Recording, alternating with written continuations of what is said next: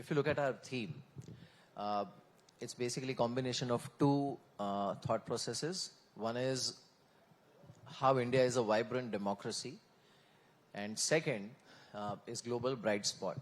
We just heard Piyush ji about the whole democratic process, and obviously we are, as a country, we keep getting into elections one after the other.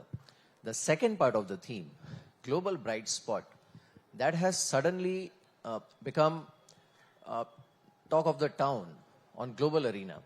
Now, from that point of view, I think COVID, in a way, benefited Indian economy. I'm not taking away the pains that everybody went through because of COVID.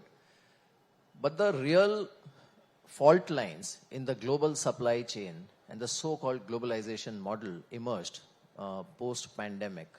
India has obviously benefited. As one of India's largest manufacturer and one of Asia's largest automotive manufacturer, I want to hear your views on how India has emerged as a global bright spot in the post-pandemic world. Yeah, thank you, Viren. Also, I must say that I will talk largely from an automobile perspective. And clearly, as far as automobile is concerned, India has really bounced back post-COVID. We have seen that in terms of the personal mobility space, COVID has actually made people move away from public transportation towards personal mobility. And also shared mobility. So both cases, we have seen an spurt in demand as far as personal mobility is concerned. And you see the results it's very stark, very clear. This year, we have, in the calendar year, India has crossed the 3.5 million mark already. The previous highest was in 2018, which was 3.39 million.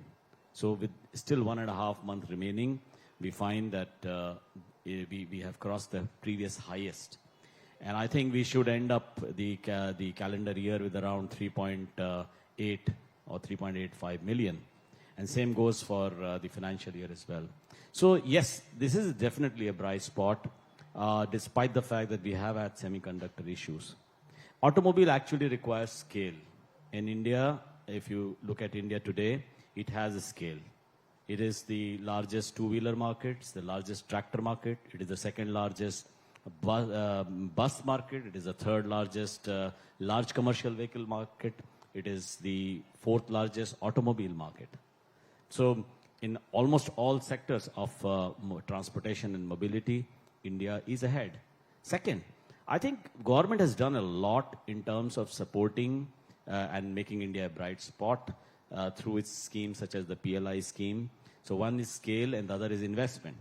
PLI has brought in investment and government is supporting investment even in the higher tech areas. For example, for automobile, this works to almost like 53,000 crores. 26,000 crore is PLI for auto and components. 10,000 crore for the cell, advanced cell chemistry.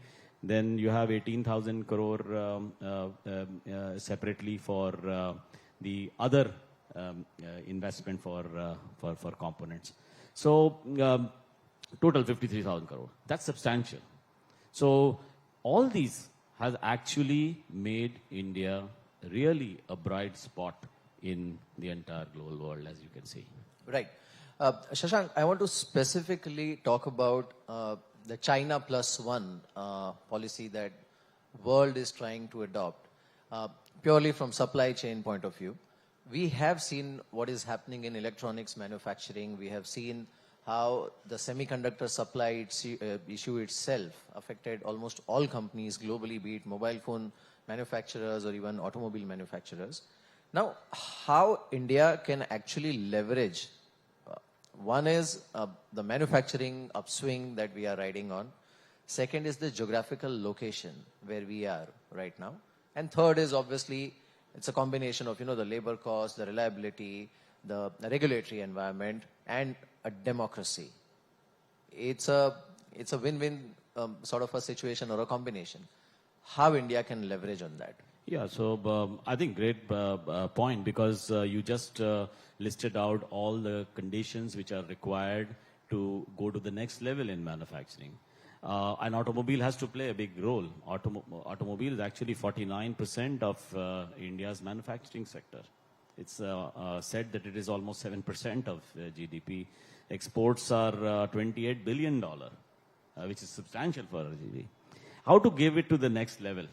And I think people are talking about Industry 4.0, which is basically about incorporating new era methods for greater efficiency. We have fortunately a very skilled manpower as far as software is concerned, as far as IT is concerned, and those areas are becoming very important part of vehicles and vehicle manufacturing. So you would have seen a self-diagnosing production line or a self-replenishing production line. The design of components getting shortened because of 3D printing, for example.